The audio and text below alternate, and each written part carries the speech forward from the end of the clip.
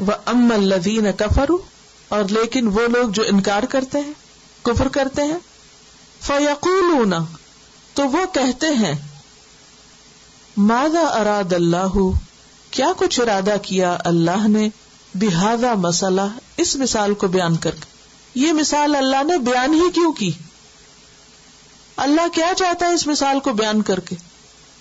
بات خود نہیں سمجھتے اور اعتراض اللہ پہ کرتے ہیں، یہ ہے کم عقلی۔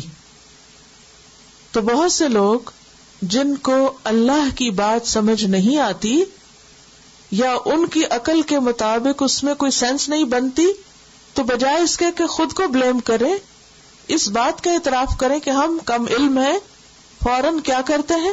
اللہ پر اعتراض کہ یہ مثال ہی کیوں آئی، کیا مطلب ہے اس کا؟ فرمایا یضل بہ کثیرا، وہ اس کے ذریعے بہت سے لوگوں کو گمراہ کر دیتا ہے۔ انہی مثالوں کو لوگوں کی ہدایت کی بجائے ان کی گمراہی کا ذریعہ بنا دیتا ہے، یہ لوگ وہاں سے بھٹک جاتے ہیں۔ وَيَهْدِي بِهِ كَثِيرًا، اور اسی کے ذریعے بہت سو کو ہدایت مل جاتی۔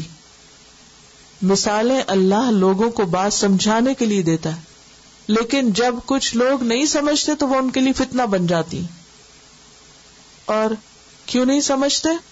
کیونکہ غور و فکر نہیں کرتے یا سمجھنا چاہتے نہیں۔ وَمَا يُضِلُّ بِهِ إِلَّا الْفَاسِقِينَ، اور نہیں وہ گمراہ کرتا اس کے ذریعے مگر فاسقوں کو، نافرمان لوگوں کو، جو اللہ کی بات ماننا نہیں چاہتے، ان کو پھر اللہ کی بتائی ہوئی بات سمجھ میں بھی نہیں آتی اور وہ حق سے بھٹک جاتے۔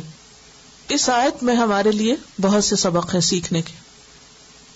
پہلی بات تو یہ ہے کہ اللہ سبحانہ و تعالی حق بات کرتے ہوئے نہیں شرماتا۔ اس میں ہمارے لیے کیا سبق ہے کہ ہمیں بھی حق بات کرتے وقت نہیں شرمانا چاہیے، نہیں ڈرنا چاہیے، نہیں جھجکنا چاہیے۔ پہلے دن آپ سے میں نے کہا تھا کہ جو آپ پڑھیں دوسروں کے ساتھ جا کر ڈسکس بھی کیا کریں، شیئر کیا کریں، کیونکہ شیئر نہ کرنے والوں کے بارے میں کیا کہا گیا؟ سمن بکمن عمیون، وہ حق سنتے نہیں، وہ حق کی بات کرتے نہیں، وہ حق دیکھتے نہیں، غور و فکر نہیں کرتے۔ اور یہ کس کی صفت تھی؟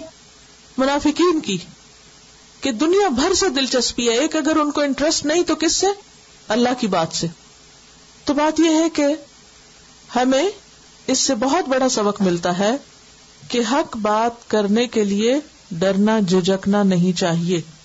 سچی بات خواہ وہ چھوٹی سی کیوں نہ ہو، خواہ وہ مچھر جتنی کیوں نہ ہو یا اس سے بھی چھوٹی کیوں نہ ہو، خیر کی بات آگے پہنچانے میں کوئی شرم نہیں، حق بات کرنے میں کوئی شرم نہیں۔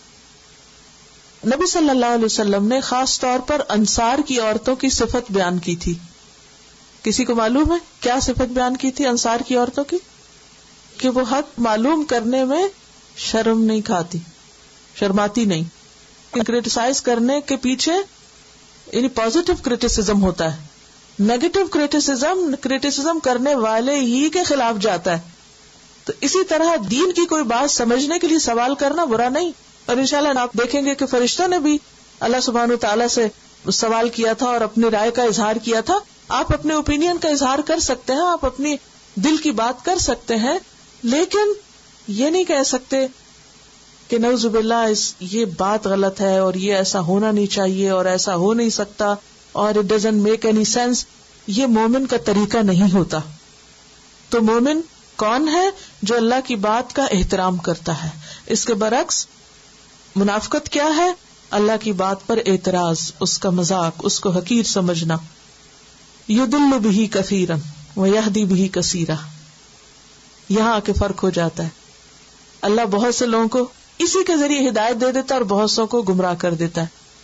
اب یہ تو سمجھ میں آتا ہے کہ بہت سے لوگ ان مثالوں سے ہدایت پا جاتے ہیں، لیکن کچھ کو اللہ گمراہ کیوں کر دیتا ہے؟ اس میں اللہ کا قصور ہے؟ نہیں، اللہ تعالیٰ نے خود وضاحت کر دی، وَمَا يُضِلُّ بِهِ إِلَّا الْفَاسِقِينَ، وہ صرف فاسقوں کو گمراہ کرتا ہے۔ فاسق کون ہے؟ جو اپنی خواہشات کی پیروی کرنے والے ہیں، جو اللہ کے راستے پر چلنے والے نہیں، ہدایت پہ چلنے والے نہیں، بلکہ اس کے برعکس اپنی مرضی کرنے والے، حدیں توڑنے والے ہیں۔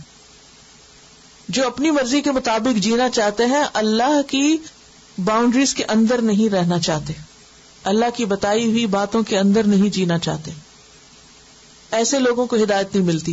تو اس سے کیا پتہ چلتا ہے کہ اگر آپ قرآن پڑھیں کھلے دل سے، عمل کی نیت سے، تو آپ کو بہت سی چیزیں نظر آئیں گی، ہدایت کی راستے ملتے جائیں گے، آپ کے ہر سوال کا جواب یہاں سے ملے گا. لیکن اگر نیت خراب ہے اور عمل کا ارادہ نہیں ہے تو پھر آپ کیا چاہیں گے؟ قرآن بدل جائے، قرآن میں تبدیلی ہو جائے، ہم نہ بدلیں. تو فاسق کون ہے؟ جو خود کو نہیں بدلنا چاہتا، حدیں توڑنا چاہتا ہے، نافرمانی کرنا چاہتا ہے. تو ایسے لوگوں کو پھر اس قرآن سے فائدہ نہیں ہوتا. اور پیچھے بھی ہم یہ بات پڑھ چکے ہیں ہدایت کے بارے میں، اور اہدنا الصراط المستقیم، اور پھر ختم اللہ علی قلوبہم میں، اور پھر اس کے بعد یہاں پھر ہدایت کی بات ہے. تو یاد رکھیے کہ ہدایت حاصل کرنے کے لیے 4 چیزیں ضروری ہیں. ہدایت حاصل کرنے کے لیے 4 چیزیں ضروری ہیں. نمبر 1، قرآن و سنت کا مطالعہ، قرآن و سنت کا علم حاصل کرنا، کیونکہ قرآن ہدایت کا ذریعہ ہے. ذالک الکتاب لا ریب فیہ ھدی للمتقین. نمبر 2، کائنات میں غور و فکر. ابراہیم علیہ السلام کو ہدایت کہاں سے ملی تھی؟ کائنات میں غور و فکر سے. نمبر 3، دعا کی کثرت. جب دل میں کوئی شک آنے لگے اللہ کے بارے میں، رسول کے، کتاب کے، کچھ بھی، تو اس کا ذکر نہیں کریں. کیا کریں؟ اپنے لیے دعا کریں کہ یا اللہ تو میرے دل کو چین دے دے اور میرا حق پر دل جما دے. نمبر 4، نیک لوگوں کی مجلس، مجالست الصالحین، نیک لوگوں کی زیارت، ملاقات. یہ کیوں ضروری ہے؟ نیک لوگوں کے پاس بیٹھنا کیوں ضروری ہے؟ کیونکہ ان کو دیکھ کر آپ کا ایمان بڑھتا ہے، ان کا یقین آپ کے اندر ٹرانسفر ہوتا ہے. اس لیے اگر کوئی واقعی سچا ہے کہ اس کو صحیح راستہ ملے تو اس کے لیے ضروری ہے کہ یہ 4 کام کرے. نمبر 1، علم حاصل کرے.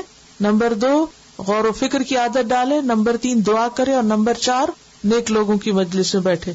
اپنے آپ کو چیک کر لیجئے. ان اللہ لا يستحی ان يضرب مثلا ما بعوضة فما فوقها فأما الذين آمنوا فيعلمون أنه الحق من ربهم وأما الذين كفروا فيقولون ماذا أراد الله بهذا مثلا يضل به كثيرا ويهدي به كثيرا وما يضل به إلا الفاسقين.